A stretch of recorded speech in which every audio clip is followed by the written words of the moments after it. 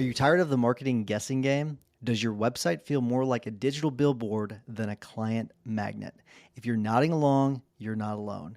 And it's time to stop the uncertainty and start getting real results. Let's talk about your marketing spend. Are you just shelling out money every month and crossing your fingers? Do you ever wonder what impact your marketing is really having on your revenue? Well, it's time to take the guesswork out of the equation with Rise Up Media. We've been working with them for over a year, and the feedback from our fellow members has been fantastic. Rise Up Media is here to take your marketing to the next level. They'll even perform a full audit of your online presence, giving you the good, the bad, and even let you in on what your competition is up to that you're missing out on. And the best part, there's no obligation, no catch, no pressure. If you decide to work with them, their contracts are month to month. That's right. No long-term commitments tying you down. So what are you waiting for? To learn more about how Rise Up Media can transform your firms, visit riseupmedia.com/maxlaw, and Rise is spelled with a Z. riseupmedia.com/maxlaw. This is Maximum Lawyer with your host, Tyson Mutrix.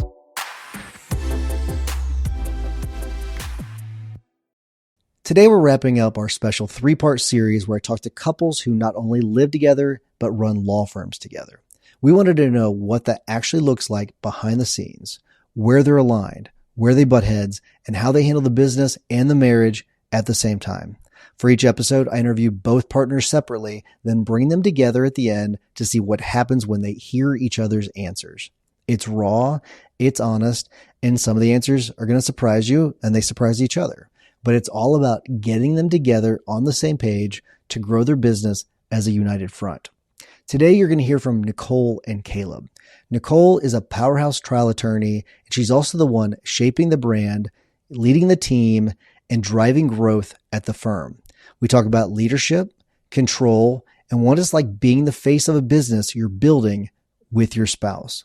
Then I sat down with Caleb. He brings a calm, thoughtful perspective to both life and business. We talk about ownership, communication, and how he approaches building a business that supports both the work and the life he and Nicole are creating together. This is a really fun one, so let's jump in to the final episode of the series. No marriages were harmed in the making of this podcast episode. All right, Nicole, thank you for doing this. First question is, what does success look like to you? Having time to spend the way you want to spend it. Can you elaborate a little bit on in what ways do you want to spend your time? With family, traveling. Okay. Next question. What's one big change you'd make to the firm right now if it were only up to you? I would roll out a partnership program immediately. Oh, interesting. What would that be? I'm curious what the partnership program is. So we have had amazing attorneys here who have really given it their all for many years now. And it excites me to think that they could buy in and we could grow the company together. I think we've gotten to a point where we're a little bit bigger than 2 people can handle. And I want to be able to roll out this partnership structure where attorneys can buy in if they've been with us for a certain amount of years, and they would own less of a percentage than Caleb and I would. But I just think it'd be nice to have a larger think tank and brain power behind some of these next moves that we have for growing the firm in the future. It's very interesting. At some point, I'd love to hear more about that. That sounds like a really cool idea. What does success look like to you? Good balance, work-life balance, creating something meaningful, finding satisfaction in what you do in your work product, creating value and putting it out into the world. Okay. Creating something meaningful. What do you mean? Doing something or producing something that has a net positive impact on not just yourself or not just your company, but community or, the world at large, perhaps in sort of a macro definition. That makes sense.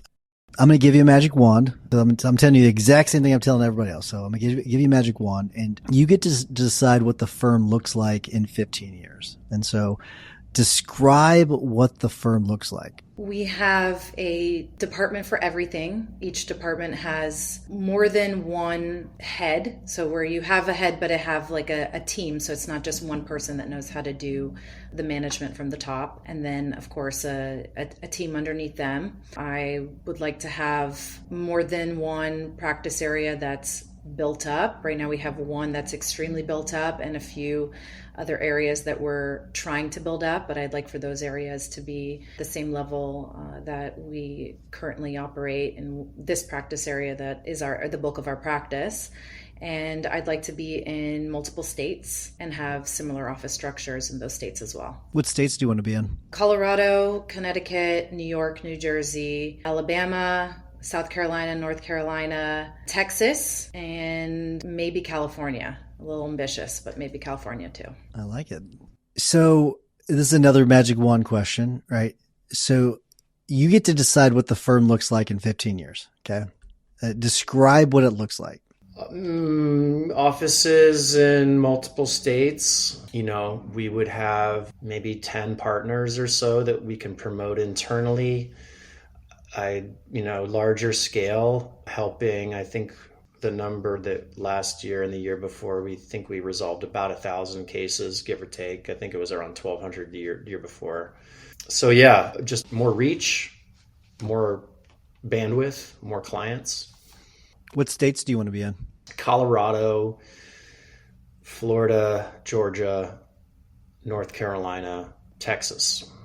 Who would you say is the boss of the firm? And I'm not talking about titles. I'm really talking about when it comes to really who makes the decision, when it comes down to it, who's the boss? I would say I'm more of the boss. Of course, Caleb is as well, but I'm more in the day-to-day. I think people come to me for decision-making a little bit more than they go to Caleb. Why do you think that is? Because I'm really passionate about it, and I think people can see that. Okay. All right. I want to know who's the boss of the firm. And I'm not talking about the titles or anything else. I'm talking about when it comes down to making a decision and whoever has the final word on it, who's the boss? Once I was in Marco Island and I was working on a Hurricane Irma case. This is in 2017. And I was sitting at a seafood restaurant and this older gentleman, at 50s age, pulls up in a boat with his family, his wife, and his kids were grown and his grandkids were there. And there was hardly anybody else there. So he sat next to me and we started talking. And at the time I was working for another firm, a medium to large sized firm, doing the exact same thing that I do now. And I had been thinking of going on my own, and Nicole had been on her own since law school, and she had been persuading me to leave and go on my own as well. But I had some large cases, multi-million-dollar cases, which I had a pretty significant financial interest in, and I wasn't ready to leave until those were done. And at the time, I remember I was talking to this guy, and he was telling me about how he had started a business with his wife, and at the time when they started, they had normal corporate square jobs. They had small kids. They were in debt.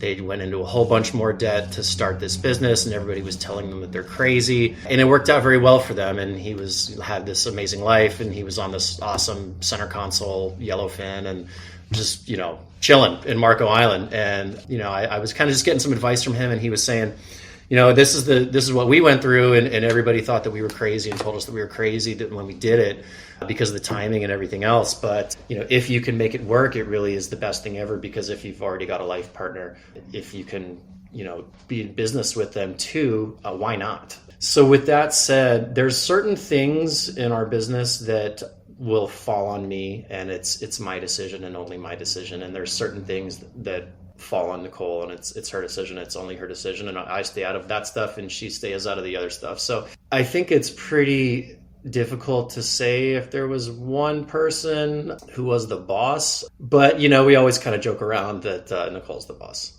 So I think there's some truth in jest there. Okay.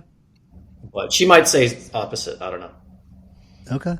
How did the idea of the two of you working together first come up? So Caleb and I met in law school. We were friends for a very long time before we started dating, and then eventually got married. And it wasn't until we had our first kid that I convinced him to leave his firm and join my firm and work together, because I had been out on my own since law school.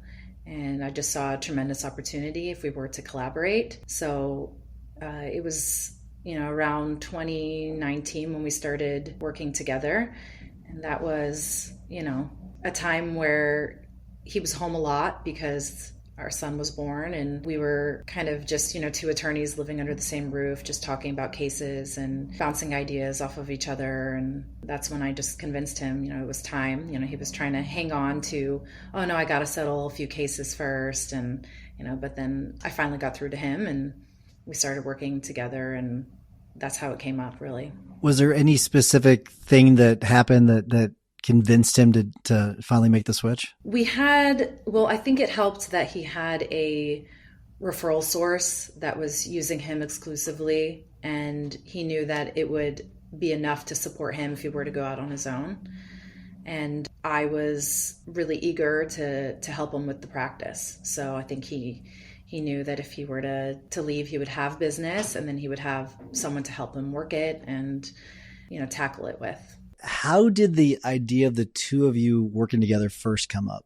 I think it was all Nicole, to be honest. I think it was her idea, and she brought it up and she continued to bring it up.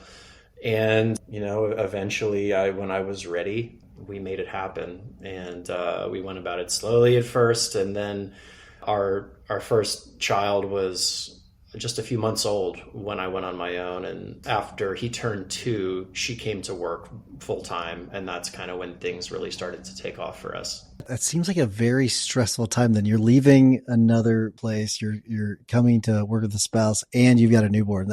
Was it as stressful as it sounds? We also bought a house. And we had got married just slightly. We got married in November 2017, bought a house in May of 2018. Our son was born in November 2018. Left the firm, started the new firm in March or April of 2019. So there was a lot of things happening in a short period of time. And, looking back on it now, I don't feel like it was any more or less stressful than I'm sitting here today, to be honest. Yeah. That's good. That's a good thing. Especially, it doesn't seem like it was like a traumatic event for you. So that's good. Yeah. One of my gifts, I guess you could call it, is this stuff doesn't really bother me as much as it bothers other people. I do get stressed out sometimes, like for trials and things like that, but I kind of have a unique ability to compartmentalize and not worry about these things. What's one thing you wish Caleb would stop doing in the business? Yawning during meetings. Tell me more about this. Is this a problem? It's I wouldn't say it's a problem because I've actually never brought it up to him. I've kicked him under the table a few times, but yeah, he's not a big fan of meetings. He does it because it's necessary, but we can see it all over his face when he's either not into it or thinking about other things that he needs to be doing, or just didn't get enough sleep the night before or something like that. Very interesting. We'll have to maybe dive a little more into that in the joint session. What's one thing you wish Nicole would stop doing in the business? Making me work so much.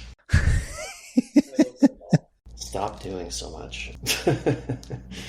That's tough. And remember, she will hear this. Yeah, I know. I mean, I can make a lot of jokes right now. I mean, there was a time where I thought not that we never really have spent a lot of money on advertising compared to some of the other firms that are our size. I think we spend a very small amount of advertising compared to what our revenue is, compared to a lot of firms that are our size. There have been times in the past, I feel like that right at this moment, but there have been times in the past where I thought that we were taking on too much, or maybe that we were expanding too fast, hiring too many people, taking too many new meetings with new potential clients or referral sources.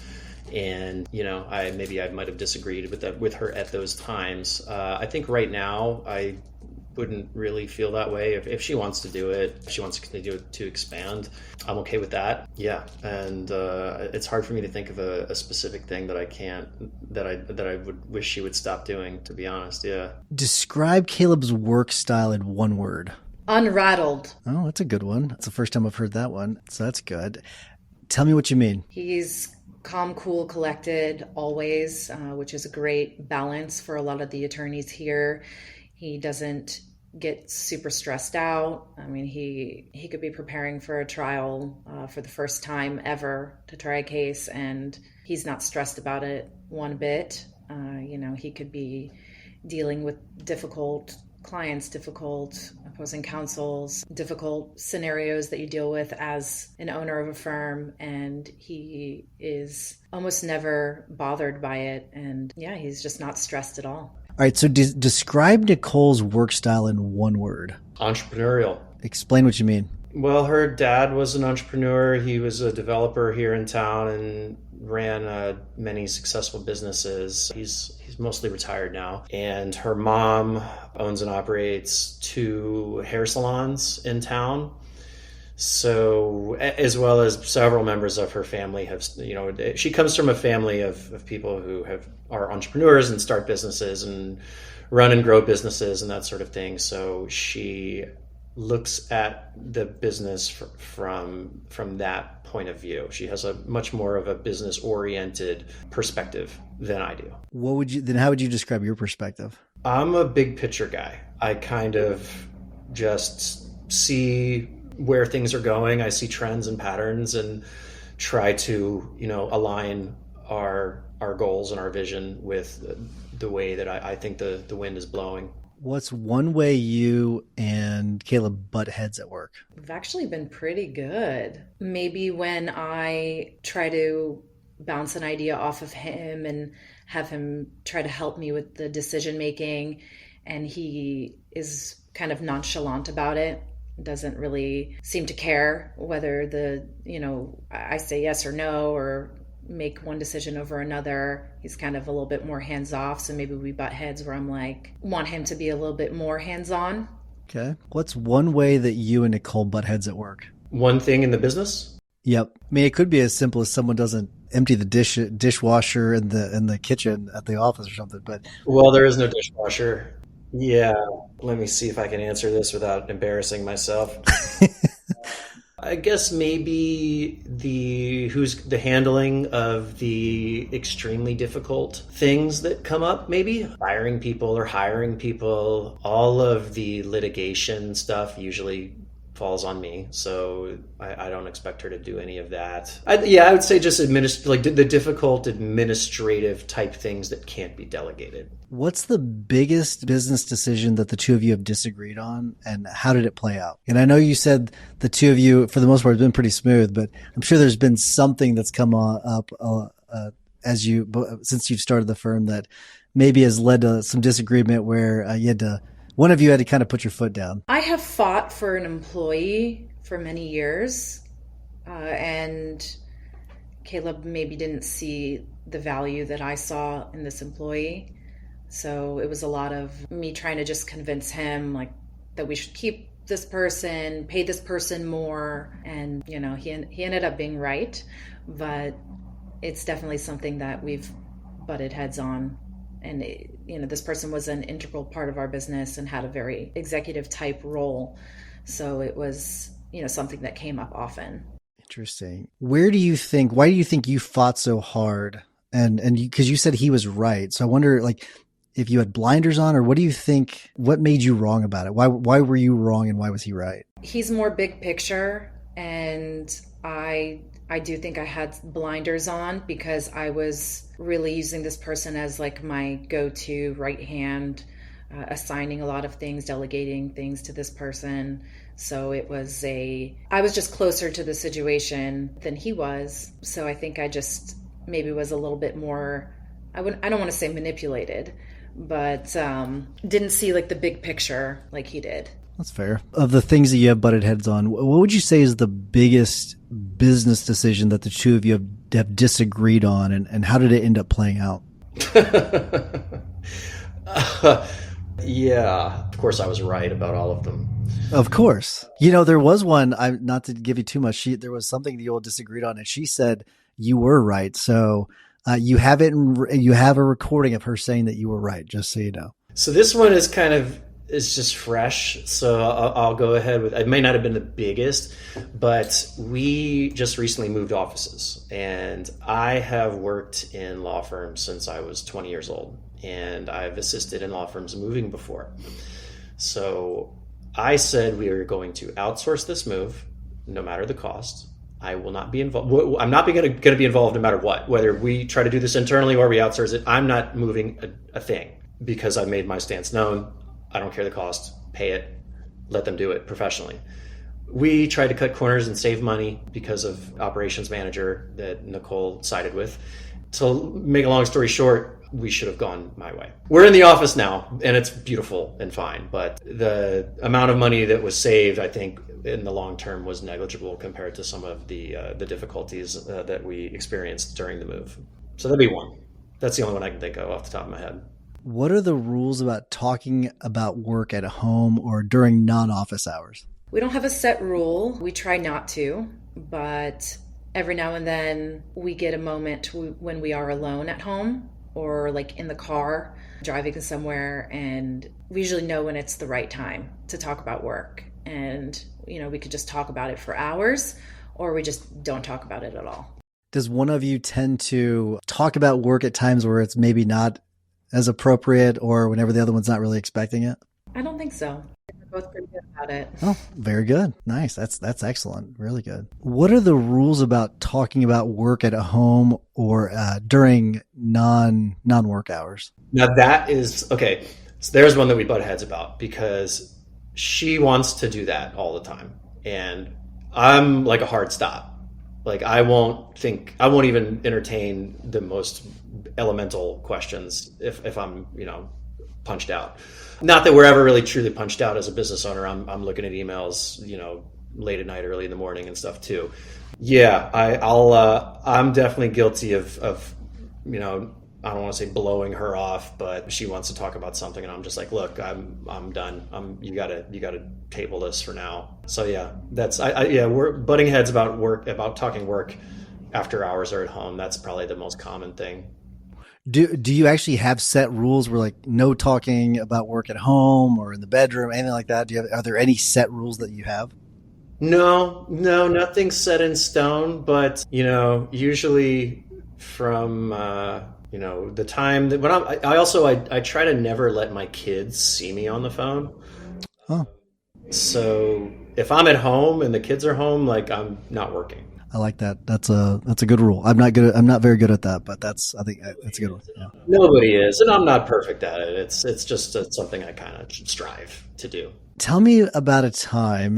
You don't have to give me too many specifics, but tell me about a time you had a fight at home that affected your day at the office or vice versa. Okay, so one morning I was getting ready for work and he can be very much of a jokester at home. So he was just probably trying to annoy me and I was probably trying to get ready for an important day at the office where we had like a big meeting and I had to be on my A game. So I just wanted to focus, I was being really serious and he was just kind of pestering me at home, pushing my buttons. I probably, said something not too nice to him. And then that caused a fight where he was like, hey, you're crossing the line. And, then I got to work and, don't like leaving the house like that. Got to work and was more thrown off by, the way that we left things as opposed to, if I would have just joked around with him or something. So yeah, that's like a typical morning in our house where he's just joking around and I'm trying to be all serious. You're trying to get your game face on and he's just joking around, messing around. So I get it. Tell me about a time you had a fight at home that affected your day at the office or vice versa. We just recently lost someone, had to let someone go, however you want to say it. She had worked with us. This person had worked with us since the beginning, and it was a very difficult separation. It needed to be done, but it, had a pretty heavy emotional toll, especially on Nicole. They were closer than I was. And so something like that, when that happens at work, you don't escape it at home. And ultimately, it's for the better at work. I think the environment is much better at work. And we know that we made the right decision and she's happy with it. But it was pretty emotional. Last couple of weeks or so, we wish her the best. And it was a difficult decision. And she really helped us a lot, helped the firm a lot. And, it was bittersweet. But, it does happen. I can't say. Nicole and I are pretty good about, when we do have disagreements or arguments, or if you want to call them fights, we can usually let them go pretty quickly. I don't think we've ever really had anything that, we weren't able to resolve before we went to sleep that night. It's good. Very good. How would you describe Caleb's leadership style, and what would you tweak about it? He's very, he builds kind of like a family environment around him. He's very, very generous. He's a very generous boss. And as far as leader, I would say maybe if he could be a little bit more proactive and structured in his leadership, I think it would go a long way. He kind of just, as it comes to him, has like natural leadership skills, and he has great quotes, and he can be motivational. But if I could tweak it, it would be, let's channel that into a way we can make it a more structured and part of your daily routine, so that we can get you out in front of as many people in the firm as possible, so you can rub off on them. Got it. Probably good advice. How would you describe her leadership style, and what would you tweak about it? This would be a good question to ask the staff. She's a very good negotiator. Just kind of has a commanding presence, and high self-monitor. A lot of good qualities of a leader. One thing I could tweak about her, I think she works too much. She needs to go to the spa more. Okay. Get some hobbies. Okay. Where do you think that Caleb thrives in the business? His legal abilities. I think where he's in unique legal situations, more complex cases, when he's challenged, when he's, like hearings, anything in court, I think that's where he thrives. Do you think that he spends most of his time doing that, or do you think too much of his time is spent on doing other things? Other things. I wouldn't say he spends much time on it. I mean, we're trying to work on the business, not in the business. So, he doesn't take that many cases anymore. So, it's difficult because he needs to do like higher level things. So it's hard for him to have a full caseload and, be going to court all the time and, settling cases. It's not something he can really do that much of anymore. So but he really doesn't spend much time on it. I would say 10 hours a week, maybe. Where do you think that she thrives in the business? Client relations. Clients love her. People, she's good at selling. And do you think that that's where she spends most of her time? That's what we are trying to get her to spend most of her time on the business as opposed to in the business. But there's still a lot of day-to-day admin stuff that she's involved in, because it's a big operation, What's something running a law firm with Caleb has taught you about your marriage? I think it's funny. Your pause and your smile, it was like, probably shouldn't say that. So I'm very curious about what you're about to say, but I don't believe it was, you're about to say whatever the second thing was, because the first thing, I feel like you're not going to say what it is. But anyways, go ahead. I think it's taught me a lot of humility, and I think that alone goes a long way in a marriage. If married couples are always building resentment towards one another, where it's like, no, I feel like I do the dishes all the time and I'm always cooking dinner and I'm taking after the kids, or it's I have to do all the work and bring all the money home, or it's taught me that you have to have respect for one another in the marriage as well as in partnerships and at work. So I think I've learned a lot working with him, just as far as patience and respect goes. What's something that running a law firm with Nicole has taught you about your marriage? I'm just blessed. We're blessed. It's honestly, I don't know if ever in my wildest dreams I would have imagined that it would have worked out this good. It's a different kind of happy, I guess. I was very happy when our son was born and I left the firm and I had 30 cases and no employees, and our profit margin was like 75-80%. That was awesome. I didn't really have to do anything, but now we're servicing way more clients now. We're provided a better life for ourselves and our family. We've got an awesome team here who loves to work here, and we take care of them. And we've created kind of this whole little culture that kind of supersedes our own individual selves, and that's kind of a special thing. I don't know if that answers your question. I guess things evolve, and you have to be ready to adapt and ready to change, and grow and learn and adjust. And I think you could look at marriage and business sort of the same in a lot of those regards. What's one thing you wish Caleb really understood about you and how you operate? He knows this about me already, but like words of encouragement, words of affirmation, like I love hearing that from him. So this is just a reminder to Caleb that I do love to hear that from him, especially. That's where the words matter the most, is from the people that I love. So, just if he could remember that from time to time, because he's not really like that. He doesn't need to hear that from me. So what's one thing you wish Nicole really understood about how you operate? I think Nicole understands me perfectly. We've been married since 2017, and we were friends for like 6 years before that. So we've known each other now for a good bit. And, we were very close friends before we got married. And so I think that there's not a whole lot of misunderstandings when it comes to her and, my professional career. All right. Thank you all for doing this. And I kind of mentioned this to Nicole before we started. The whole idea, I know some of these questions seem kind of tricky and all that, but the whole idea is to really kind of build you all up together. And even though some of these questions might have been tricky, I think you both answered them well. And I think that when you re-listen to this, I think you'll both get more of an appreciation for each other. So the interesting things, there was, when you talked about success, it was interesting. The states you all both said very similar things about success, but also like the growth of the firm and where you went ahead. The states were different, though, if I remember correctly. I didn't list all of them. So, Nicole, what states did you want to be in 15 years? So I said New York, New Jersey, Connecticut, Alabama, North Carolina, South Carolina, Texas, and possibly California. Okay, they were similar. I don't know if you had the northern states, Caleb. Did you? I didn't say any of those. She didn't say Colorado. We're already in Colorado. Well, we're already in Colorado, so I didn't. But we're not making any money there, so no, true. I'd like to make money though. Gotcha. So I did find that part interesting because you had the northern states included in there, but yeah, Colorado was missing as well. I thought that was kind of fun. It's interesting because there's a common trend, and I kind of picked up on this from talking to both of you.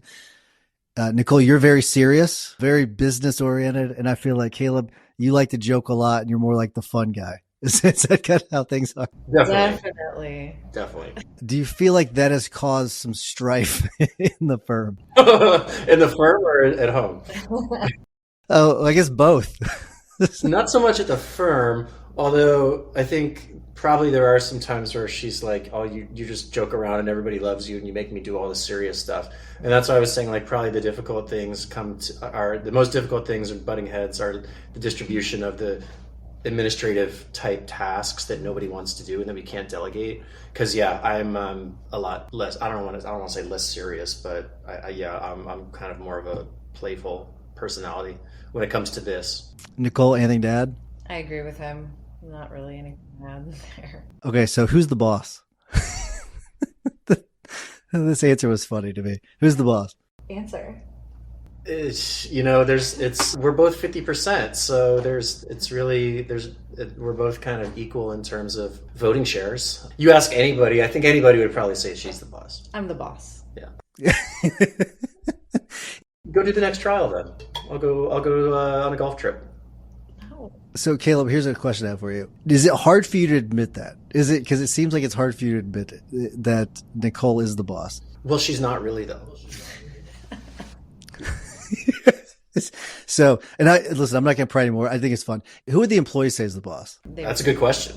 They would say we should do an anonymous poll. No, they would. You totally should say I'm the boss. They tell me all that all the time. Not in your presence. But they all call me boss too. I'm going to move on because I don't want to cause any strife. But I think you should do an anonymous fun poll and just see what your people say. So the big change in the firm, this was interesting. I think you're both very mission oriented, but I think that Nicole, you are very business mission oriented, and Caleb, you are more, mission oriented when it comes to, you want to change the world almost, it seems like. Does that sound accurate? Yes. Yeah. I wouldn't say change the world, but I know what you're like, more making a difference. Issue driven. Mm-hmm. Sure. Yeah. How do the two of those fit together when it comes to the firm? Well, The business driven is primary. Obviously, none of this could exist if it wasn't for the business angle to it, and the mission. The issue driven aspect of it, I think, is secondary, just from a strategical standpoint. Not to say that the money's more important than putting roofs on people's houses or something like that, but in terms of that's not necessarily the mission that I'm referring to. I'm referring to something a little bit more deeper than that. Yeah. Well, don't you think, I think that they could work together, and they could, if you think about, what's the name of is it Tom's, the shoes, where you buy a shoe, you give a shoe. I do think, don't you think there's a world where you could do something like that, where the business side builds the issue side? I think that's what we're doing. Mm-hmm. I think that's what we're doing. Right. Yeah. Do you both feel like you're on the same page when it comes to that? Yeah. Yes. Yeah. I love that. Yeah. Is it something that's like codified where we're kind of like the shoe thing, right? Where you buy a shoe, you give a shoe.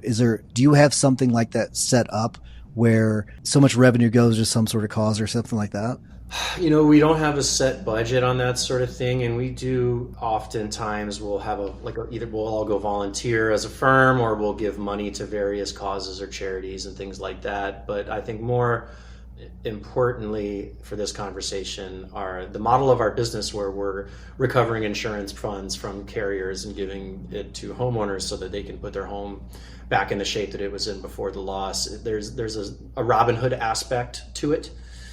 And so, I think that we are fighting the good fight much more so than, say, the people on the other side of our cases who represented, multi-billion-dollar insurance companies, mm-hmm. or, other areas of law where it's, transactional or, things like that. Nicole, you'd brought up the partner program. Mm-hmm. And is that something that you all have discussed previously, or is this something that if you were to mention it now, it's something that Caleb would have been hearing for the first time? No, we've discussed it. We've touched on it briefly in the past, but more recently it's becoming more of a main topic of discussion. And, it's something that I'm trying to drive and push forward. So, no, we've talked about it plenty. Is there any pushback from you, Caleb, when it comes to that? No, I want to do it. This has become such a large operation that for it to just fall on the two of us, it's too difficult and time consuming, and our kids are growing up fast, and the sooner we can do this, the better. Mm-hmm. Love it. So I'm curious, when it comes to conflict resolution with the two of you, if an issue comes up, so sometimes you'll have a couple that they get in a disagreement and then they just kind of move on from it. Sometimes some people have to kind of go through a process. How do you all usually deal with conflict and disagreement about things? Hopefully it's something that we can talk out, because, that's really the only way that these things get resolved. If a third party mediator needs to be brought in, a referee or something like that every once in a while, if it's pretty extreme, we've gone that route. But yeah, I can't think of any secret other than just kind of talking it out, and mm-hmm. Somebody's got to apologize typically, yeah. Even if you're, not in the wrong. Right. We typically talk it out, no problems, but Caleb likes to say that I like to apologize in creative ways. Very creative apologies. Sometimes they're months later. In front of we haven't even discussed, maybe we just stopped talking about it, and then several months later we're talking in front of some friends, and she says, "Oh, and I did this and he was right," or something like that. Yeah.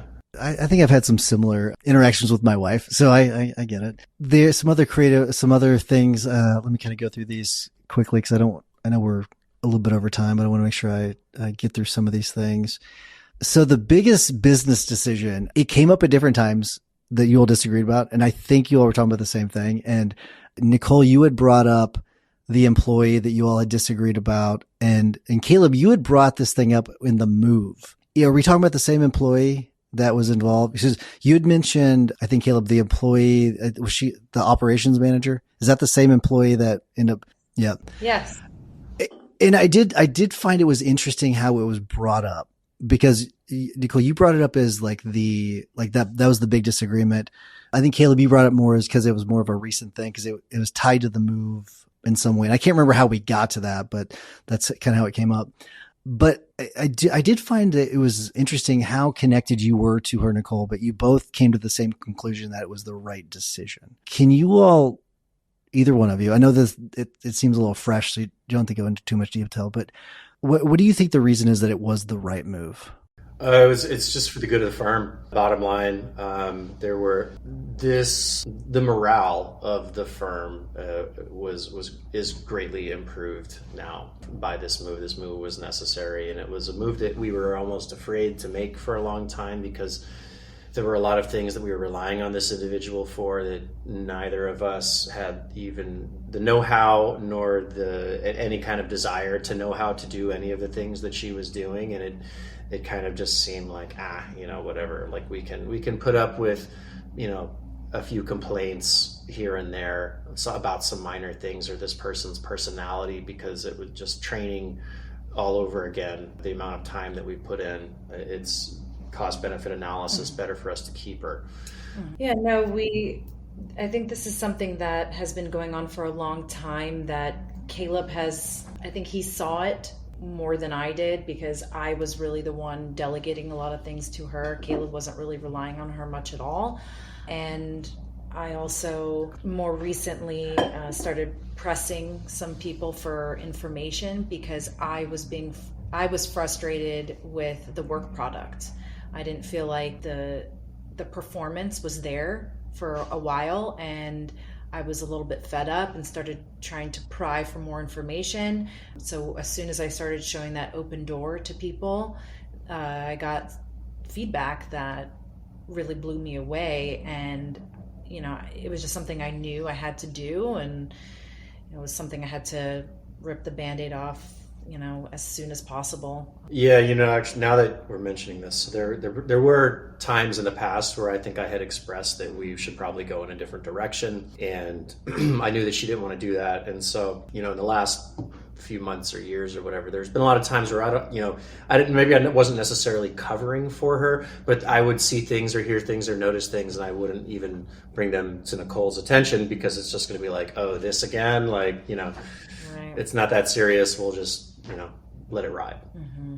Well, I'm glad you're happy with your decision. And so I know it's kind of tough. I think anyone that's run a business for, at least a few years, you've been through this, a very similar situation. So, I know it's tough, but I think it sounds like you took a very objective approach to it. Like, this is what's best for the firm. And so I think which ultimately is probably best for the marriage as well, because sometimes you bring that stuff home and it can kind of get frustrating. If anyone, I would say if anyone ends up listening to this who's, starting out or trying to get to the place that we're at, I would give them the recommendation, especially for like when you're a husband and wife duo as owners, being able to remove emotion from any kind of business decision is really going to help for clarity and efficiency and a lot of things. So, just keep that in mind when you're surrounding yourself and putting together your team. Obviously, you want to care for these people like family, but there do have to be certain parameters that go along with that. So,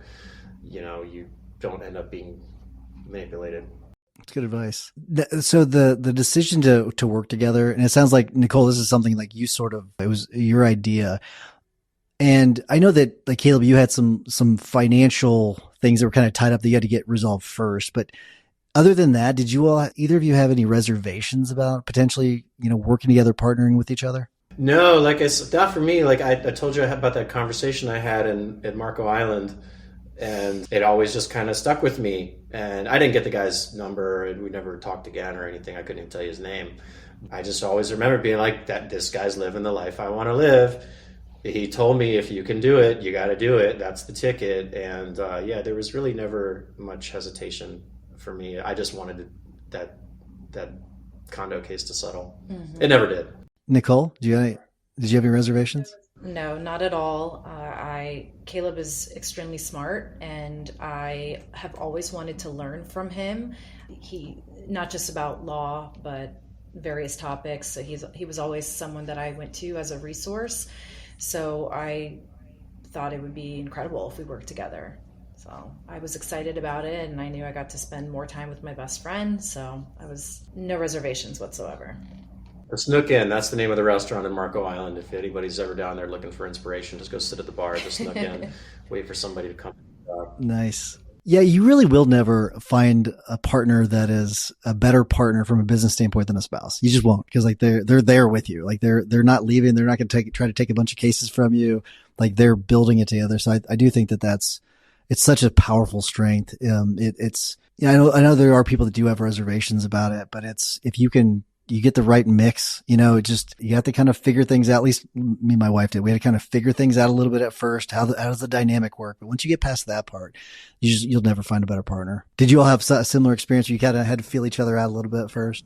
Yes. For sure. Yeah. And, we've had quickly help. learned our strengths and weaknesses, and we just played on that.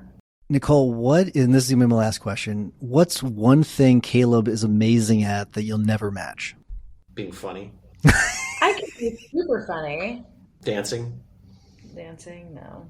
I don't know, maybe his ability to cold plunge, meditate, just the way that I mentioned before that he's unrattled. I think just remaining calm under pressure is something that I wouldn't say I'll never be able to do, but my blood gets boiling a lot easier than his. So I think that's definitely something that he's better at than me. I did find that interesting because Caleb, you did say you do get nervous and like prepping for a trial and that kind of stuff, but it sounds like it's like a duck on water, like where like your feet underneath are paddling, but no one else sees it. Because you did say you're able to compartmentalize, but Nicole, I do think he gets a lot more nervous than what you might think he does. You just don't see it. He doesn't show it to you as much. Okay. that's probably true. Yeah. Same question for you, Caleb. What's one thing Nicole is amazing at that you'll never match? The negotiating and like the business sense. Like Nicole ran our pre-suit division for a couple of years, and just like the numbers of the cases that she was settling and the amounts that she was getting and the relationships that she had built with these adjusters on opposing counsels, and they were just like, sending her Christmas gifts and settling all these cases. And I just couldn't believe it. I still to this day, I don't think I could run pre-suit nearly as good as she has, or probably closing new clients too. So like selling referral sources, that kind of thing. Love it. All right. That's all I have, but thank you both for doing this. I know it's not the most comfortable thing to do with some of these questions, but hopefully you're able to go back and listen to this a little bit and kind of, build off of it and, build a stronger firm and better relationship. Awesome. Thank you for having us on, Tyson. That was a lot of fun. You bet. Awesome. Thank you both. Appreciate it.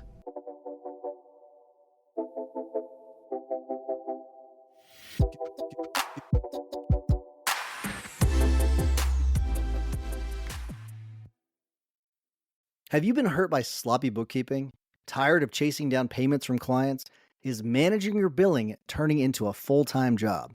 Our trusted partners at Collect are ready to simplify your invoicing, accounting, client management, and collections, all at an affordable flat rate with no surprise hourly charges. Don't let financial headaches hold you back. Contact Collect, that's Collect with a K, at collect.legal or call them at 312-825-7013. Collect.legal, because you shouldn't have to suffer in silence. If you've been feeling like your law firm is solid, but you know you're capable of more, this is your chance to tap into that. Max Law Con is happening this October, and we just released the full speaker lineup. These are law firm owners and industry experts who are in the trenches, sharing exactly what's working to grow, lead, and scale. This is 2 days designed to challenge your thinking, recharge your momentum, and help you walk away with a strategy you actually want to execute. And here's the heads up, July is the last month to save $500 off your ticket. Once August hits, general admission pricing kicks in. So if you've been waiting, now's the time. Go check out the full lineup and grab your ticket at maxlawcon.com. We can't wait to see you there.